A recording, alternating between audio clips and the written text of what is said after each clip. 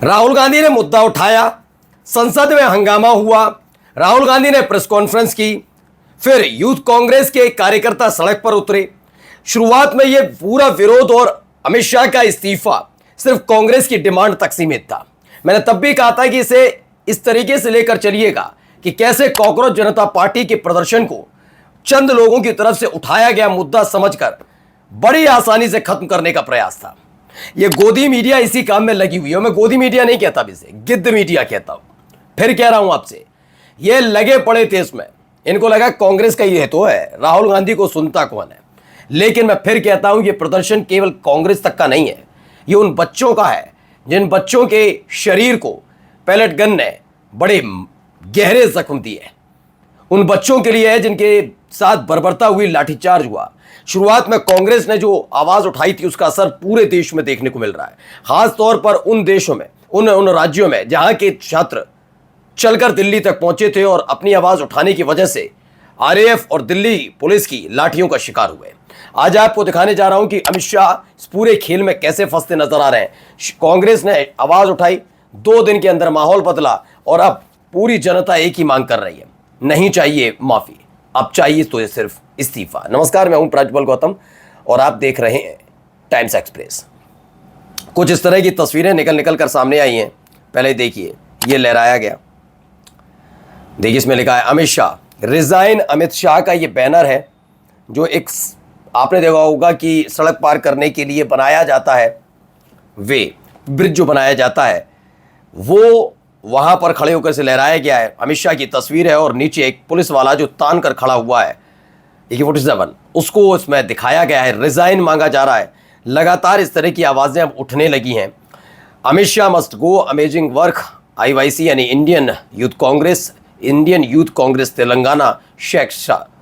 तो कुछ इस तरह के हालात फिलहाल अभी बन रहे हैं वहां पर कि लगातार ये चीजें खराब होती हुई नजर आ रही हैं कि हाँ भाई, अब अमित शाह का को लेकर पहले जो बात केवल गुपचुप तरीके से कही जाती थी, आपको मालूम होगा, इस खुद क्लियर है कि भारतीय जनता पार्टी ने, उनके IT सेल ने बहुत पैसा खर्च किया राहुल गांधी को पप्पू साबित करने के लिए, अखिलेश यादव को टोटी चोर साबित करने के लिए। और इसके लिए बेतुकी कहानी न केवल गढ़ी गई बल्कि इसके सहारे ही इन दोनों नेताओं की छवि को खराब करना था।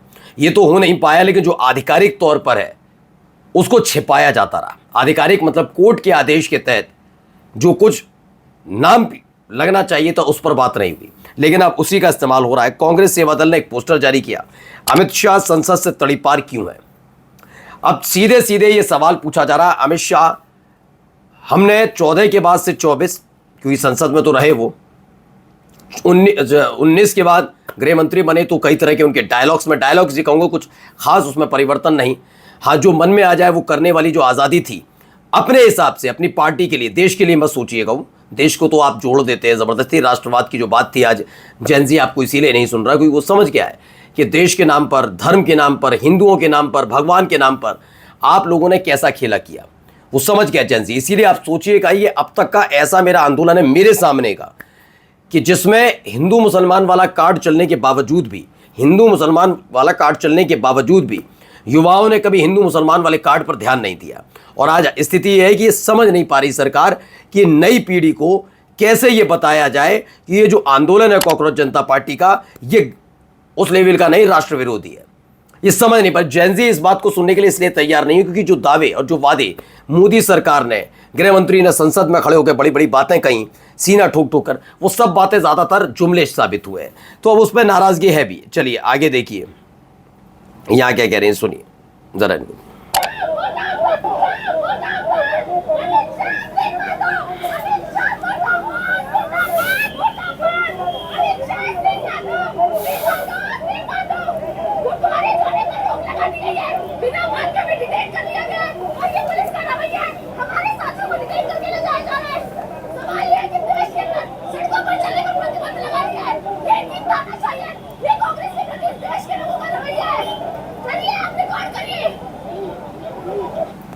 तो ये एक है दिल्ली पुलिस हेडक्वार्टर के बाहर अमित शाह का इस्तीफा मांगने से हंगामा मच गया है।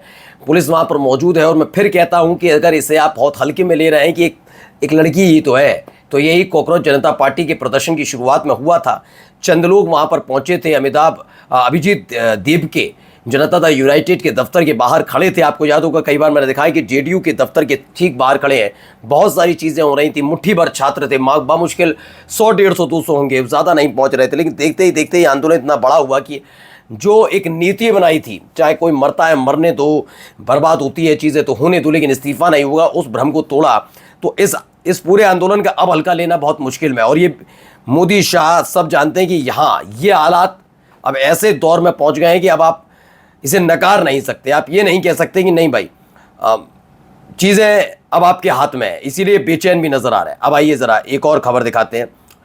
एक पोस्टर है, education not corporation, Jantar Mantar छात्रों की आवाज़ दबाई नहीं जाएगी, justice for student, we want justice not politics.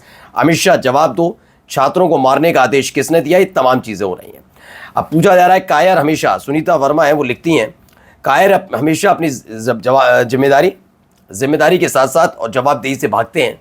क्या इसीलिए अमित शाह भी संसद से गायब है? ये सवाल न सिर्फ विपक्ष बल्कि पूरा देश पूछ रहा है। लेकिन छात्रों पर की गई बर्बरता के बारे में गृह मंत्री अमित शाह को जवाब देना होगा। वो सदन में आकर बताएं कि छात्रों पर बर्बर हमले का आदेश किसने दिया था, और अगर वो जवाब नहीं दे सकते तो उन्हें अपनी नाकामी पर तुरंत इस्तीफा दे देना चाहिए। क्योंकि खुद नेता प्रतिपक्ष राहुल गांधी ने संसद में छात्रों पर पैलेट गन के इस्तेमाल का गंभीर मुद्दा उठाया भी और सबूत भी पेश किए गए। और खास बात यह है कि इसमें एम्स के डॉक्टर्स की मेडिकल जांच में भी ये बर्बरता सामने आई है कि छात्रों को बेरहमी से मारा पीटा गया है। और अगर ईमानदारी से इस सारे मामलों की सही से जांच हो जाए तो ये तड़ीपार संसद से क्या देश से ही गायब हो जाएगा। ये सुनीता वर्मा का कहना है। यानी अब नाराजगी सिर्फ इस तक नहीं रह गई। आप कह रहे थे ना कि ये गालियां दे रहे हैं या भद्रता कर रहे हैं, मैं खुद भी कहता हूं गालियां नहीं देनी चाहिए, लेकिन सरकार से सवाल पूछना, सरकार की आलोचना करना, सरकार का विरोध करना, गृह मंत्री का विरोध करना, प्रधानमंत्री का विरोध करना, ये लोकतांत्रिक अधिकार होता है।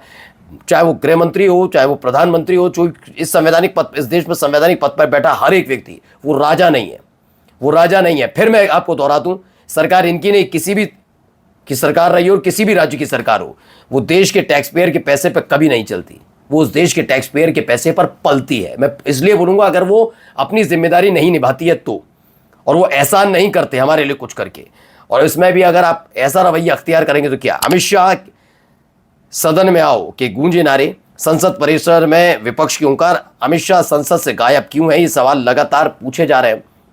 अब आइए जरा यहां देखिए क्या कह रहे हैं मल्लिकार्जुन खड़गे, उनका एक बयान।